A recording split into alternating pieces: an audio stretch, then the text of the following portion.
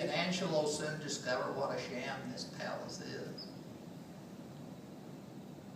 The kitchen reeks of grease and mouse droppings. The dishwasher keeps breaking down, and in spite of all of his fast driving and bluster, Zephyrus, this self-crowned king, can't escape what Paul Harvey used to call the rest of the story.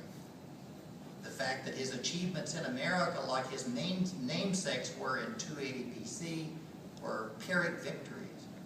Successes costing far, far more than any gains they accrued in the short term. More caustic still is Kokonis' wit. As we read over Angelo's shoulder, the governing board of Victor Lardalis' sham American Institute of Engineering and Electronics. The crass, defiantly ignorant Lardalis has appropriately enough bestowed on himself a BS degree. The school's supposed legal advisor turns out to be president of the Zeus Electric Company. Why hurl thunderbolts when you can just plug in? For two members of the board of this predatory pack, we have the CEO of the Corfu Icon and Candle Company, a pious group, and we have the VP of the Home and Restaurant Toiletry Products, a limited liability partnership.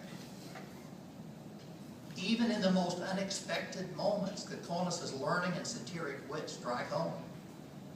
Simo, introduced about halfway through the novel and characterized with a brilliance worthy of Dickens at his best, lives out a vital yet punishing set of eccentricities that we later learn stem largely from a tragic and abusive past.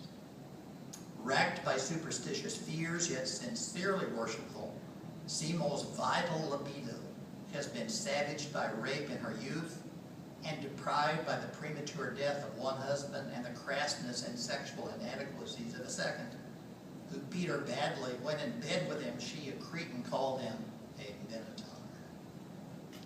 Classically astute readers will appreciate not just the poignant aptness of the illusion Simo is trapped in a labyrinth of cruelty and poverty, but will appreciate the frustration and humiliation to which Simo's mythical reference gives voice.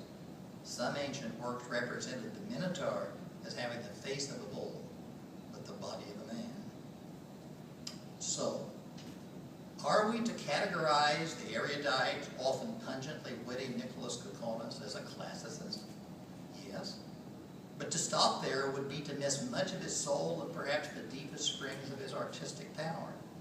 For both his novels correspond just as much to Piersic's category of the romantic. Much of what I intended to say in these remarks was intended to flesh that claim out. Here I have time only to return to the point I made earlier, that although Dr. Kokonis reveres education, he also demonstrates at every turn that knowledge without relationship, commitment, passion, and even faith is stunting, if not fatal. That ultimately is why Angelo's faith holds up to, and even as this second novel hints, begins to prevail against Tarco's arrogant and cavalier atheism.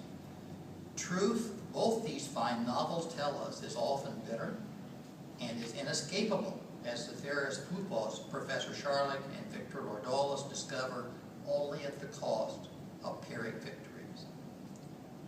Matera Vlahos, Angelo's prejudice-ridden, self-pitying, but loving, faithful, and courageous mother, is correct in dividing the world between the eaters and the downtrodden. But communism, Kokonis shows us, wrecked the old world and threatened the new by trying to reduce civilization by a similar kind of reductionism. Tarco's family's flight from Castro, the terror of the Cuban Missile Crisis, and the building of the Berlin Wall sound as menacingly in the second novel as the cruel distortions of McCarthyism did in the first one. Both the spirit and the guiding intellectual lights of Roosevelt University, in some senses the real hero of Out of Arcadia, defy classicism's neat categories, just as Angelo learns to do.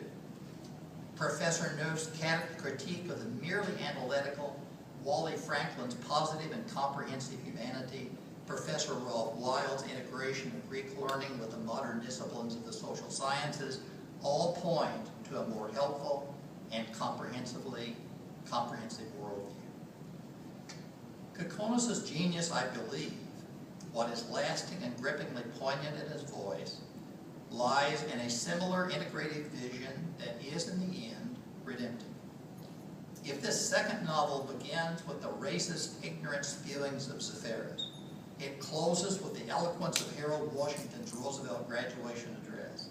If it begins with separation from home and ends with two weddings that themselves meld ancient Greek customs with genuine Christian piety. The struggle of privation and choice, embodied in the painting of the Choice of Hercules, issues in new homes anchored in marriage.